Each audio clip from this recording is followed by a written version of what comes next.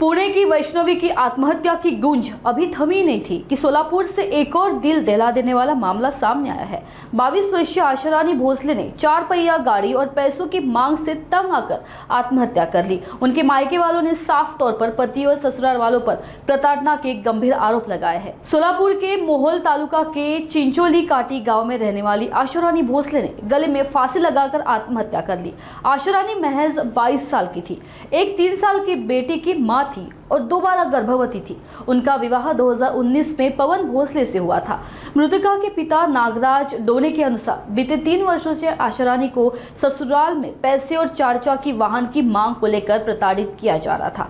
पति पवन भोसले, सास अलका भोसले और ससुर बलभीम भोसले लगातार शारीरिक और मानसिक रूप से उत्पीड़न करते थे। 2024 में भी पवन ने आशारानी को मारपीट कर मायके भेज दिया था, जिसके बाद महिला तकरार निवारण केंद्र ने काउंसलिंग करवाई थी, लेकिन ससुराल वालों का बर्ताव नहीं बदला और इसी मानसिक दबाव के चलते आशारानी ने खुदकुशी का रास्ता चुना। फिलहाल मोहोल ग्रामीण रुग्णालय के बाहर मायके वालों ने धरना देकर शव लेने से इनकार कर दिया है। इस मामले में पति, सास और ससुर पर आत्महत्या के लिए उकसाने का केस दर्ज किया गया है।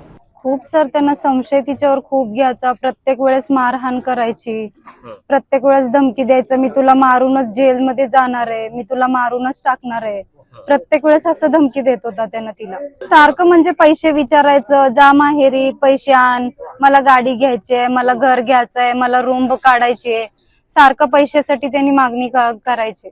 मी 1 वर्ष तिथं होते सर, परत नंतर मला माझ्या नवऱ्याने वेगळं ठेवलं। मग सासू सारखं त्रास द्यायची ना, ते सगळ्यांनाच माहितीये, त्यामुळे ती ह्यांनी म्हणले की घरात ते किटकिट नको म्हणून त्यांनी मला वेगळं ठेवलं। तसं ते पण आता 2 महिने माझ्याशी भांडणं करून मला माहेरी निघून जा बोललो। मी आता 2 महिने झालं इथं माहेरीच आहे मम्मीकडे माझ्या।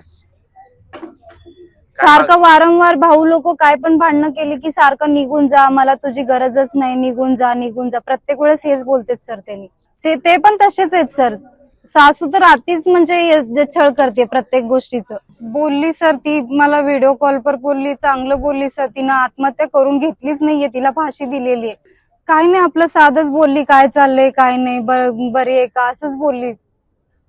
पिलूची आठवण यायला लागली, मी असं बोलले तर घेऊन जा बोलली, मला चांगलंच बोलली सर। काय तिचं असं वाटत नव्हतं की ती कुठं त्रासात आहे, असं काही नाही। प्रत्येक वेळेस संशय घ्यायचं, तू त्याच्यासोबतच का बोलली, तू ह्याच्यासोबतच का बोलली। तिला अक्षरशः त्यानं बाहेरनं कडी लावून जायचं सर, की तू म्हणजे बाहेर पण निघायचं नाही, फोन पण वापरायचं नाही।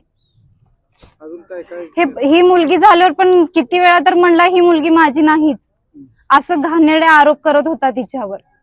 माझ्या बहिणीला न्याय मिळाला पाहिजे आणि त्याला शिक्षा झाली पाहिजे सर। पहली बार हर बार आप आत्महत्या बोलते हैं, आत्महत्या नहीं है सर, वो हत्या है सर, हत्या है, वो आत्महत्या नहीं है सर।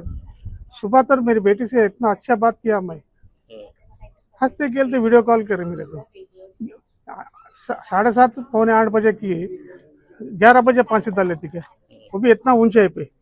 मेरे बच्ची को, उसके खुद के बच्ची को जोगी बांधना, घाट बांधना आता था नहीं, 4 घाट और बांध लिए सब।